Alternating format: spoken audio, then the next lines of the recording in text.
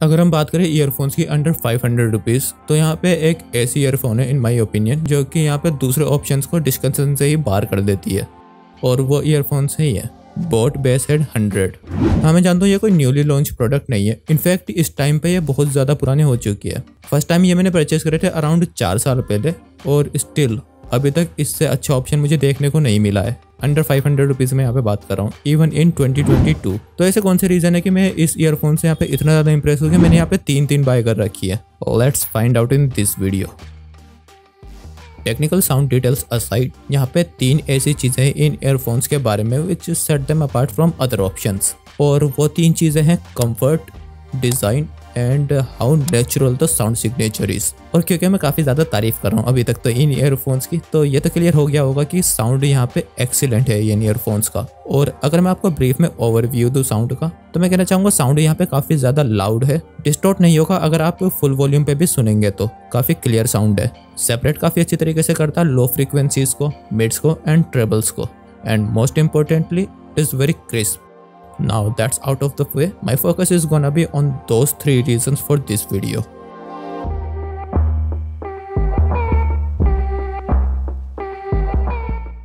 हो सकता है इन ईयरफोन्स का डिज़ाइन आपको आउट ऑफ द वर्ल्ड ना लगे, but it is very well thought out. Over the years boat ने यहाँ पे काफ़ी ज़्यादा कलर ऑप्शंस भी ऐड कर दिए हैं, और उनमें से कुछ कलर ऑप्शन तो यहाँ पे बहुत ही ज़्यादा आई कैची है। मेरे पास ऑलरेडी ये वाली 2 ईयरफोन्स थी, और मैंने एक और ऑर्डर कर दी फॉर माई सिस्टर, और मैंने ऑर्डर करी है इस बार पिंक कलर में, और ये कलर ऑप्शन मुझे देखने को मिला सिर्फ 300 रुपीज़ में।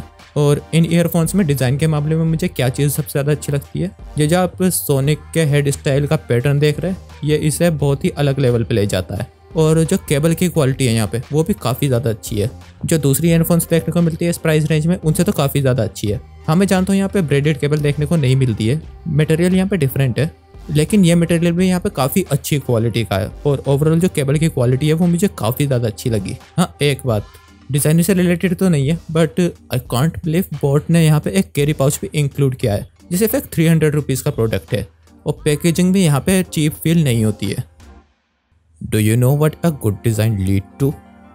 कंफर्ट। मैं ये ईयरफोन्स यूज़ करता हूँ वीडियो एडिटिंग के लिए, because of how natural the sound signature is, और इस बारे में भी मैं इस वीडियो के लेटर पार्ट में बात करूंगा।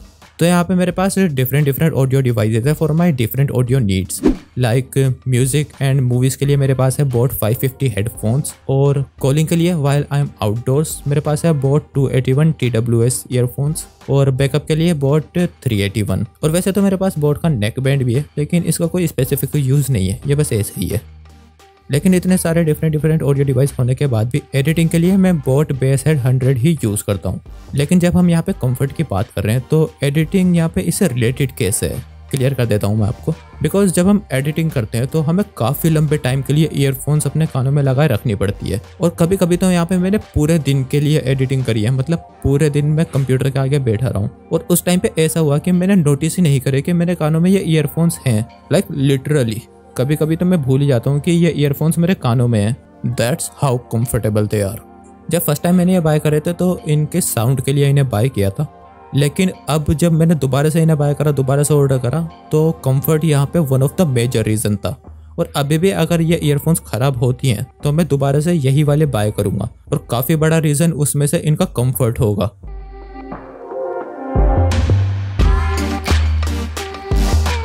अगर वीडियो एडिटिंग के लिए ईयरफोन्स की बात करें, then it becomes very essential for audio devices to produce sound as it is, और ये ईयरफोन्स यहाँ पे एग्जैक्टली ऐसा ही करती है।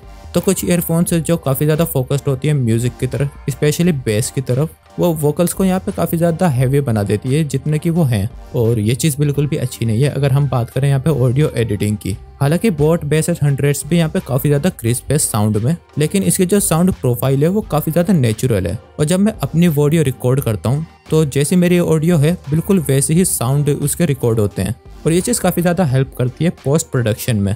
और एडिटिंग के लिए मैंने यहाँ पे दूसरी ईयरफोन्स भी ट्राई करी, और वहाँ पे ये केस नहीं था, वहाँ पे साउंड पहले से ही काफ़ी हेवी लग रहा था विदाउट एडिटिंग भी, तो वहाँ पे मैं एक्यूरेट एडिटिंग नहीं कर पा रहा था अपनी ऑडियो की। एंड इनकेस अगर आप सोच रहे हैं अगर मैं इतना ही ज़्यादा सीरियस हूँ ऑडियो एडिटिंग को लेके, तो मैं यहाँ पे कुछ पैसे स्पेंड क्यों नहीं कर लेता हेडफोन्स खरीदने में जो कि स्पेसिफिकली एडिटिंग के लिए ही होते हैं। वेल रीज़न यहाँ पे क्लियर है। पहली बात तो मैं बिल्कुल सेटिस्फाइड हूँ इन ईयरफोन्स से भी, और मुझे यहाँ पे एक्सपेंसिव हेडफोन्स लेने की नीड फील नहीं होती है एडिटिंग के लिए।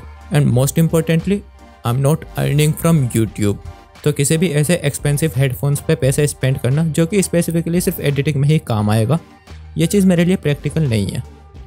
हाँ मैं जानता हूँ ये यहाँ पे मोस्ट डिटेल्ड रिव्यू नहीं था, लेकिन इस पॉइंट पे यहाँ पे hundreds and hundreds of reviews आपको ऑलरेडी देखने को मिल जाएंगे इन ईयरफोन्स के। I just want to discuss what sets them apart from the competition and why there is no competition of this earphones.